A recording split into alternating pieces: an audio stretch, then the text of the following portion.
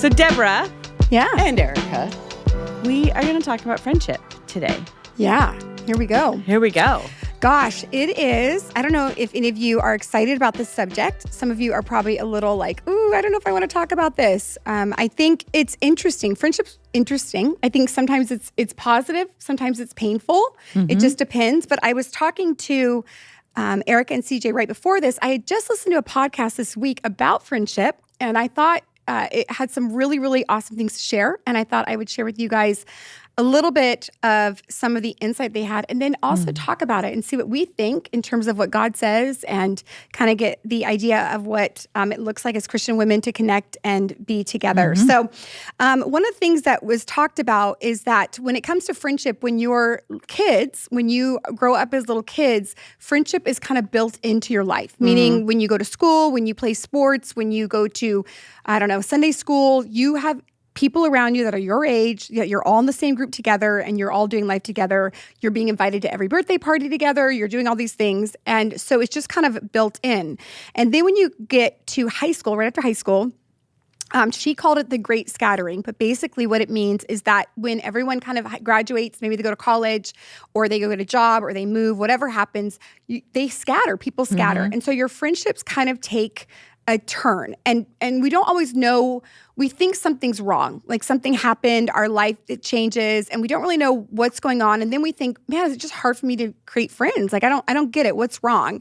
And she talked about that in the scattering, because people move on and all these things, that it really is not personal, that there's 3 reasons why friendship shifts, and there's 3 reasons how to create friendship. And so I want to talk to you guys a little bit about these 3 areas. These, she called them pillars, but these 3 areas, and kind of like conditions that you need to create friendship. And I would love to get your thoughts. So the first one she had, and this is all done through MIT studies and different scientific studies, but was in regards to proximity.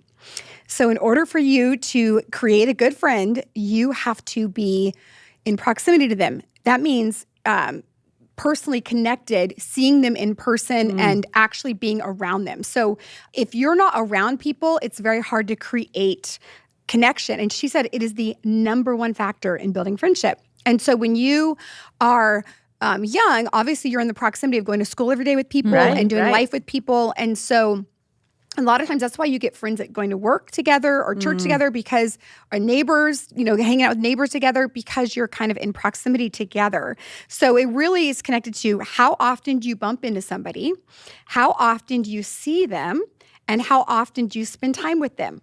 So there was a study done in the University of Kansas, and it talked about friendship, and it said that you need a certain amount of hours to call someone a casual friend. To create a casual friend, there's a certain amount of hours. SeaJay, how many hours do you think that would take for you to get to know somebody to become a casual friend?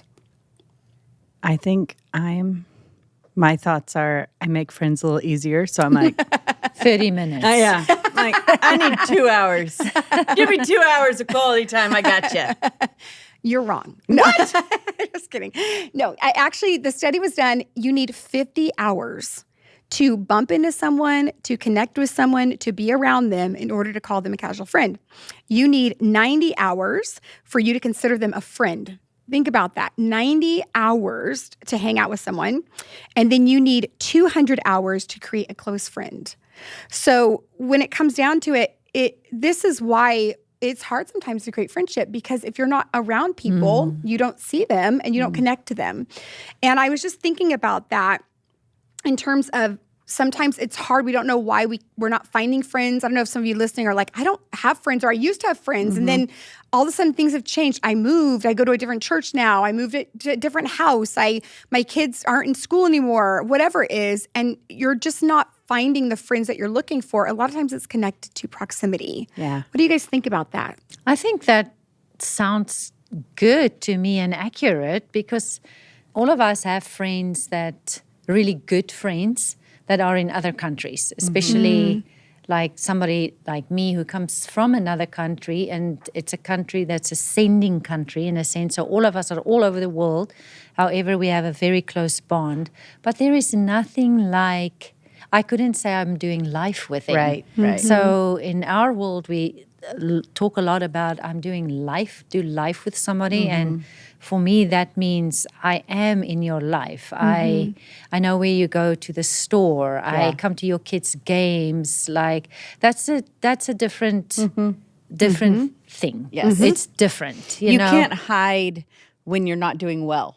Correct. Like far away Correct. friends, like I've got some old college friends that like we can talk on a regular basis, but if I'm not doing well, most of the time I don't get on the phone with them because I don't know, that feels not safe. You know, I'm going to come to my person that I'm doing life with, like you said, who know what's going on. You're around to see my good and my bad. You see when I'm rude. You see when I have to work through, like you've seen that part. Yeah, absolutely. And that is hard to show somebody that's far away. Totally. Even though it could be a very meaningful it can be and someone deep. that's known you forever. Yeah. But yet it's like, yeah, but you weren't there. It's different. I would say it's different. You're right. that is pretty accurate. I was sitting here and I was going, at first I was like, because like you have very good friends very far away, and you are actually regularly in contact. I was going to say, but with was them. there a season when you were in close proximity to them where you built that friendship? Correct. And yes.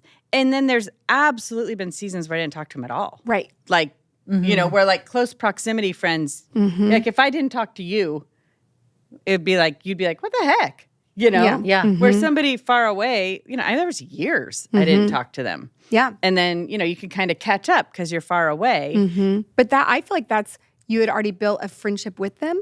And so, like, I find if I've spent time with someone in my youth and had time to get to know them, life went on. Even SeaJay, you and I, we were friends. Yes. We lost contact for 10 years. We come back together, and it's like, it started It's no big deal. Yeah, no big deal. But it was because we had that foundation. But if I had to start from scratch with you, it would take a lot longer to get to know you in absolutely. the season. And so I think what happens is we forget about that. And so we wonder why we've moved to a church and we go every Sunday for 6-8 weeks all summer, and then we wonder why we're not making friends. And I think it's bigger than that. It's bigger than just going to church on Sunday and thinking that you can make a bunch of good friends that way. It takes more time. I think that 100 hours, because I was sitting here and doing calculations, and I was like, okay, so say that's 2 hours. You know, it's 100 days, then that's about 3 months or so. And I was thinking about, you know, especially like SeaJay and I got to know each other in our 40. I turned 40 getting to know you. And that's, like, I remember I knew you already. I think you were 34, I was 38. Yes. So that's later in life. Yeah. However, that's how we got to know each other, because in that life stage, we had time to meet each other every morning or every second morning for 2 hours or so of a walk. We just went for a lot of walks because you were going through anxiety. And that's how we got to know each other, and that,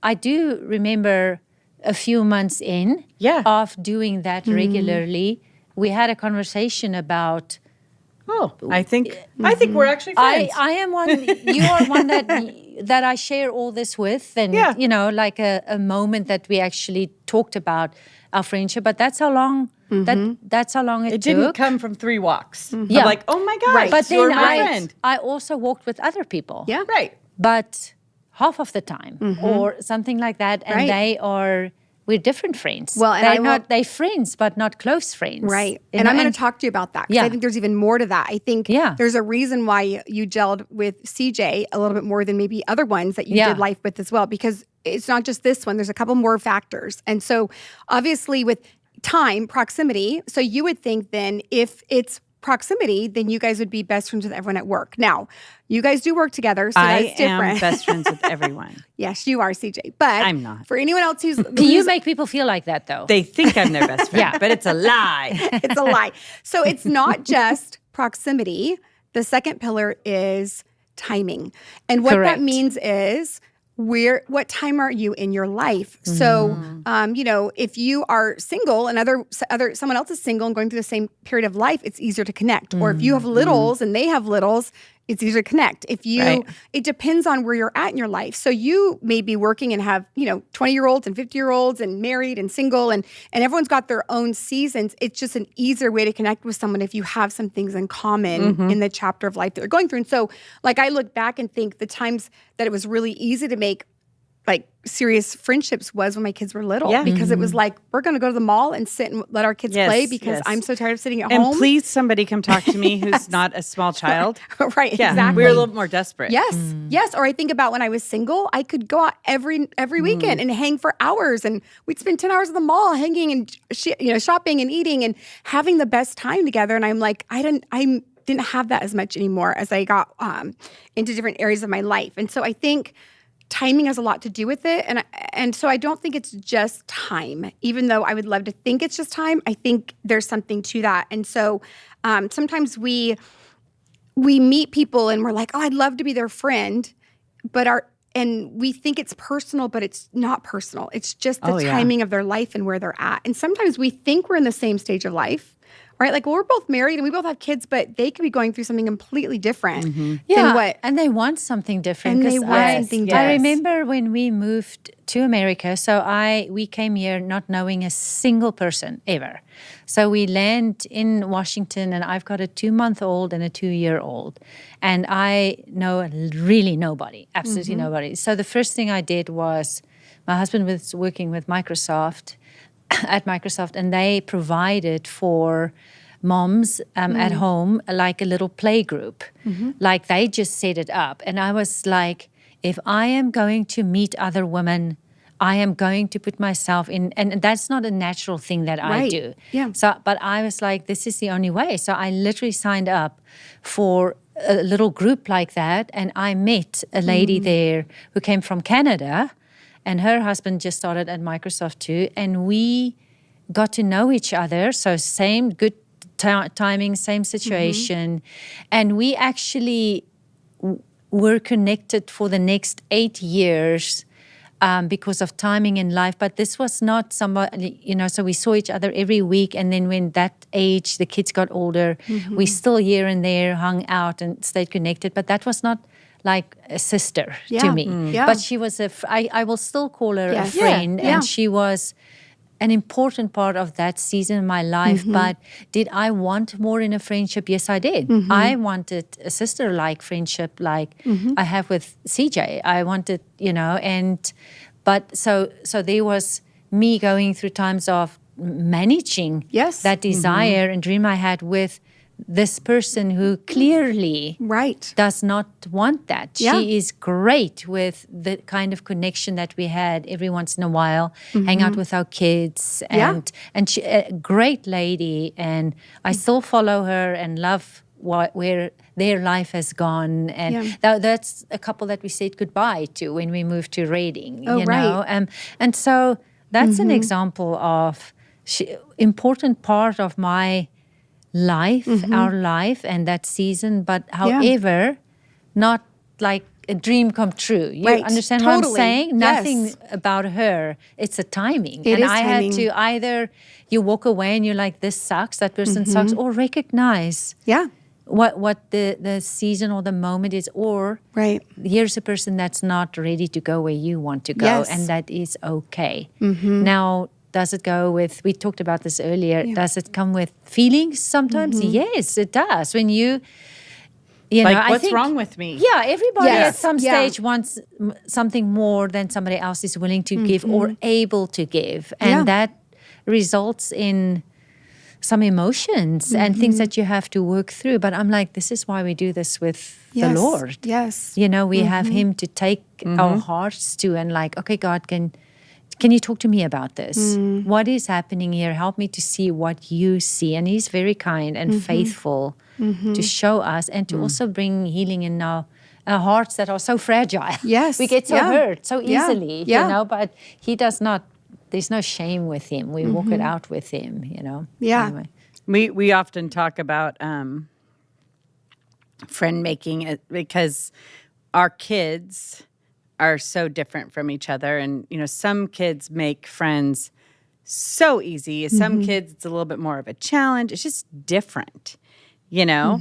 And I was one of those that I honestly, I've said this before. Like in my head, I'm pretty great. So I wouldn't have even noticed not being rejected about being rejected. Or if I didn't get invited to a party, I didn't care. I was just one of those people that was like, la, la, la. So making friends has never been a real issue for me. But I remember a moment when it was right before you and I became friends.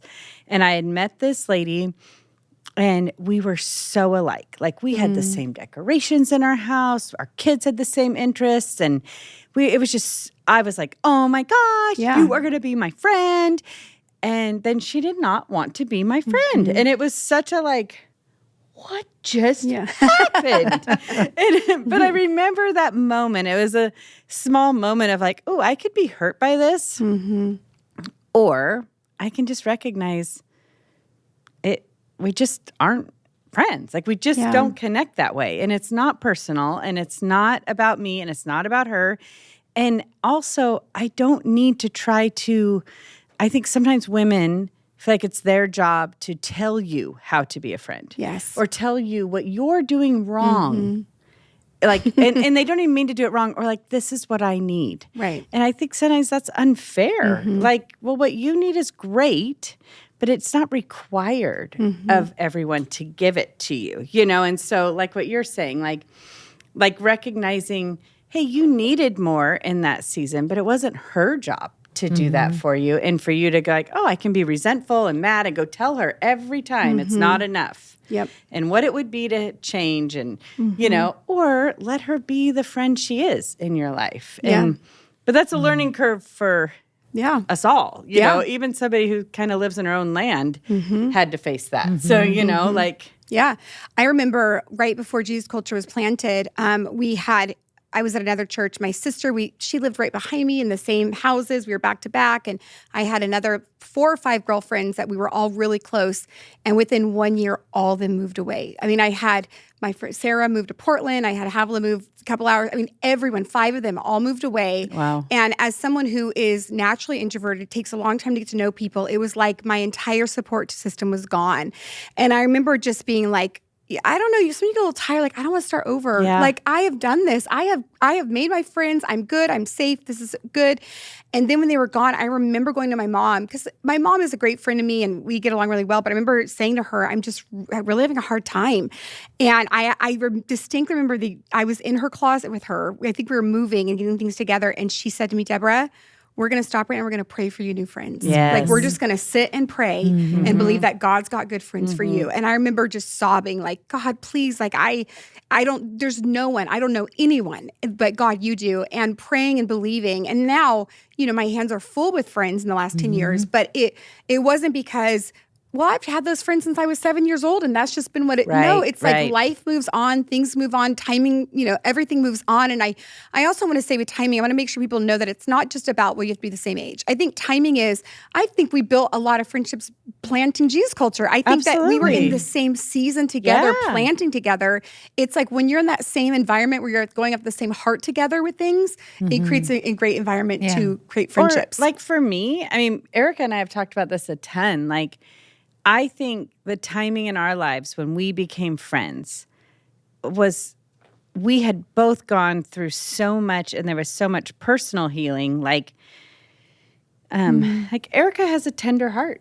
And I think I had to grow in a lot of ways. I think I would have probably been a jerk without realizing it. Like, oh, we're just going to do this. And, you know, and like the Lord knew like, hey, I have a really good friend for you, but we got to do some stuff first. Before, you know, I would have scared you off because I had pretty deep needs that would come across as stifling, and it would have been scary for you. But, you know, I have young daughters. We often get people that look at us and say, oh, I want what you have, you know, or whatever. And like even my kids, I have known her in our lives for a very long time, and they talk about, I want a SeaJay, and I can encourage people, you know, to women to like, sometimes it's worth waiting for. Sometimes you get your Erika or your SeaJay in your 30s or 40s. Like, not the trick. The important thing to always remember is that I agree with what you said, to ask God for friends, and to understand that this is something that He does want to give you. He is not holding back or holding out on us. Like if you think that the reason you don't have it is because He is holding it back, that's not correct thinking. He is giving, He is kind, He is loving. He does want to give you that. So that is important to remember when you have a failure, or what you see as a failure. Because I had many stumbling blocks. I had many friendships that, like when I look back at it, it looks like it stumbled or didn't work out or break up because of, it wasn't the right timing, or anyway, I can make it a super negative thing, or like this was part of my journey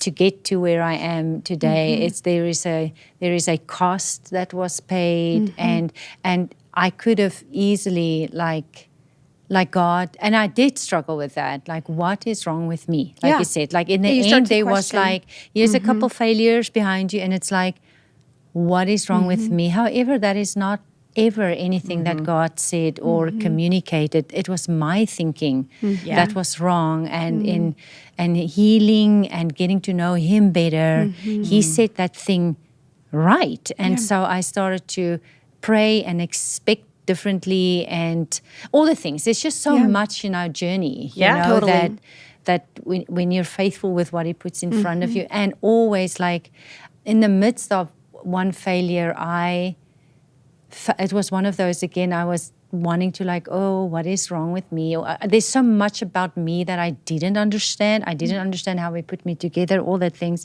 But I felt Him say to me that He is so proud of me for putting my heart out there once again. And I was like, that penny dropped for me, because I was like, that is what it's about. Like, God, you want to give me this. I'm just going to I'm going to go out there again and try, because a lot of women, we try, and then because of timing or all the things, you're like, I'm going to give up. This is not for me. I've heard a lot of women say, this is not my thing. And I'm like, I don't know that is true. Like, that just talks about a timing maybe in life. But who of us want to do life alone? Yeah.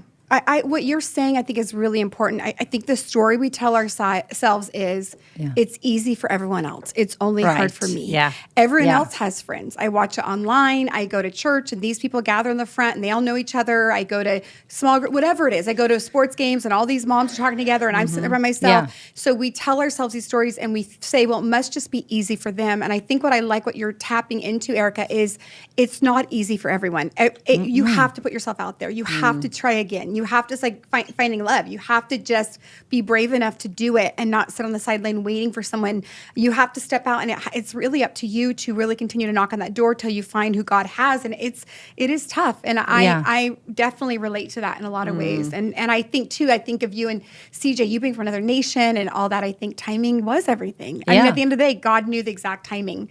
The last pillar I want to talk on is, she used the word energy. I don't like that name so much, but I would say your vibe, your chemistry. Chemistry is a little unique. I think it's a unique word too. But, it's, do you really hit it off with someone? And I do think that's important. Yeah. You can be in proximity to them. You can spend all your time with them. And if you don't vibe with them, there's nothing wrong with them. There's nothing wrong with you. You just don't, there's no vibe. And I think that's important. How it was with that friend that I was like, wait, we are around each other. We spend lots of time, and wow, this is just not working. Exactly. Yeah. And I think that's okay. And I think sometimes when we don't vibe, we think we get insecure, we question, we go, well, it must be me. There's something wrong with me.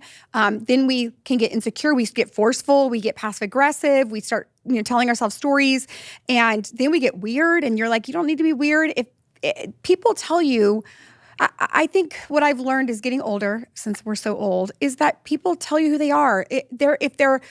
If you've texted them 5-10 times and they've not texted you back, they're probably busy, and they will get back to you. And we don't need to start judging people.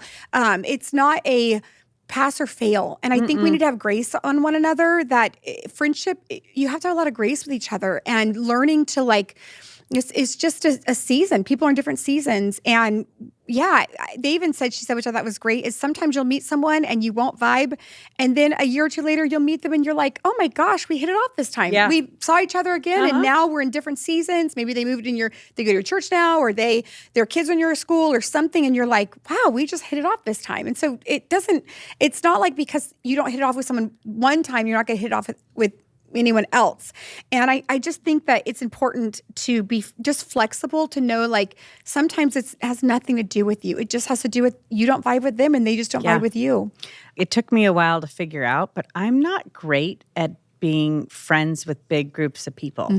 Like, I've got friends that are great with this and they can like share deeply. Like they've got a group of friends of like 6 and like, it doesn't matter which one they're talking to, they can share deeply, pour their guts out. And I am just not that way. Like if I was good friends with a group of people and one person shared with me, and then I found out that the next time she shared with somebody else and didn't feel like she'd share with me, I'd be like, oh, we're not, I don't know where to put this. But it's great that it works for other people. And so coming to that point of like, oh, that's just not the way I'm put together. Like I am put together to really like walk with people. I'm not flippant with what I share with people. I am not flippant with what they share with me. And not that sounds bad to say, but people that can do that, I'm like, that's great. I just have to recognize it's not me. Yes. I can be friends with a ton of people, but I need to have a strong core.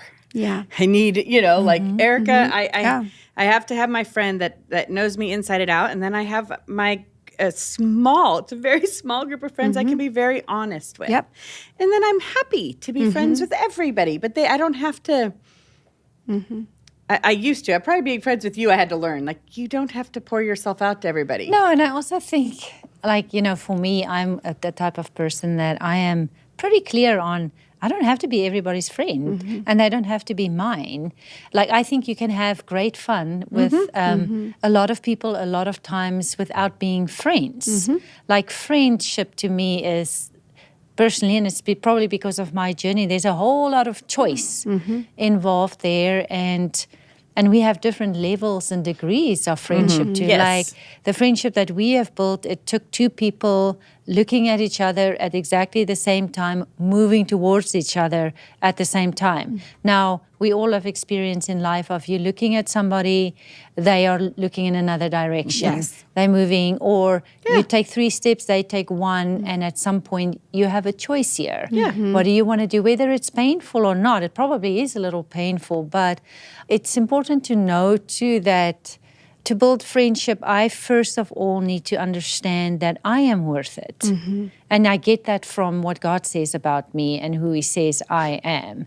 And so when I come to you, I come from the place of like, I am a gift to you. I'm not arrogant about it. I'm humble about it, but I'm a gift as you are a gift to me. Right. And so I get to choose to spend time with you, and I bring you the gift of my time. So I am not one who's frivolous about it. So it's pretty clear for me. It's not a super gray area. I don't feel the pressure of, especially in church, and I know this is where we mostly live in church, is where there's the pressure of everybody has to be friends that you work with. And I'm like, no, absolutely not, but that doesn't mean I won't show you parts of me or have a great time with you, or it's about the access that I give you to my heart and the inner things. And anyway, but you can be friends, but not close friends, meaning like you can be friends with them and be kind and nice, but it doesn't mean that I'm going to open up every nook and cranny of my heart to you. It's, there's different layers of it.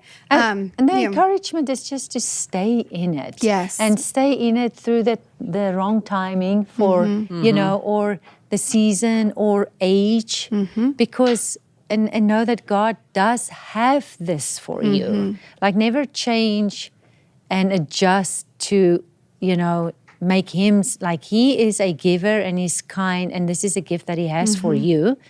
And therefore, don't ever change that.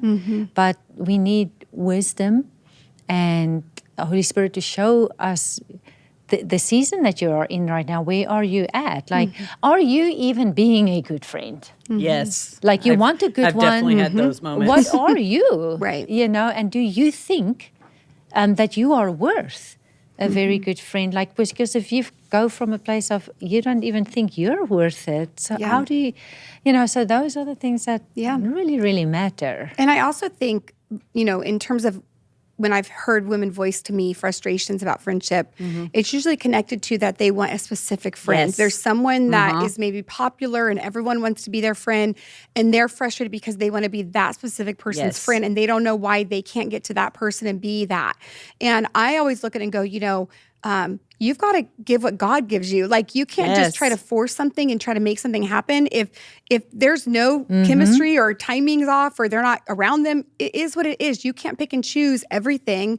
And so you can't control everyone around you. You got to just take what God gives you. And I remember a woman saying once to me that friendship's like a bouquet of flowers. You have different colors, different sizes, different shapes. It's not all the same. Nope. And so you can't, you have to look at each friend as something unique in your life. It's a bouquet. Yes, It's not. absolutely. And so I think sometimes we're requiring something of someone that they're just not going to be. And that just is what it is. And I do not believe that any woman is absolutely alone. Like, it's typically user error. It's like you don't recognize who God has put in front of you because you're too busy reaching for something that is not the right timing. Because, in the end, I have become friends with the most unlikeliest of people because it was, God just opened my eyes in that moment, and somebody that I never, ever, ever would have picked out of a crowd became somebody really close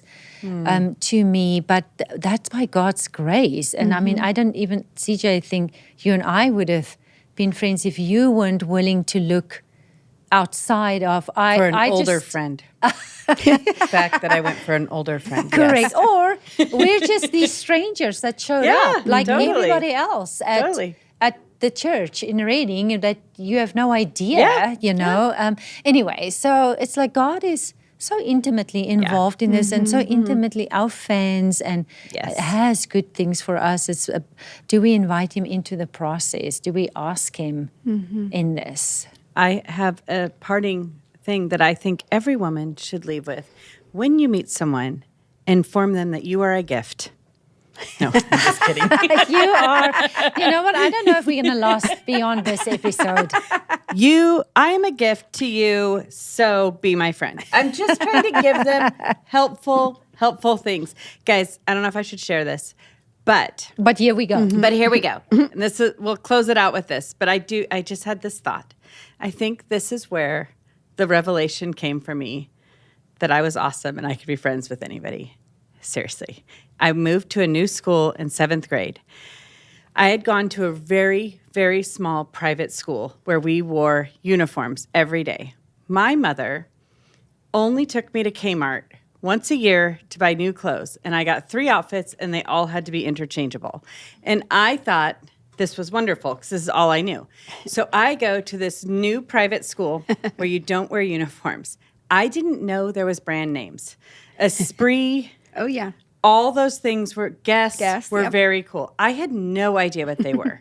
Guys, my wardrobe consisted of 3 T-shirts with different California raisins posted pictures of them dancing, a jean skirt, a fluorescent pair of shorts, and I think burgundy pants. I really liked burgundy pants.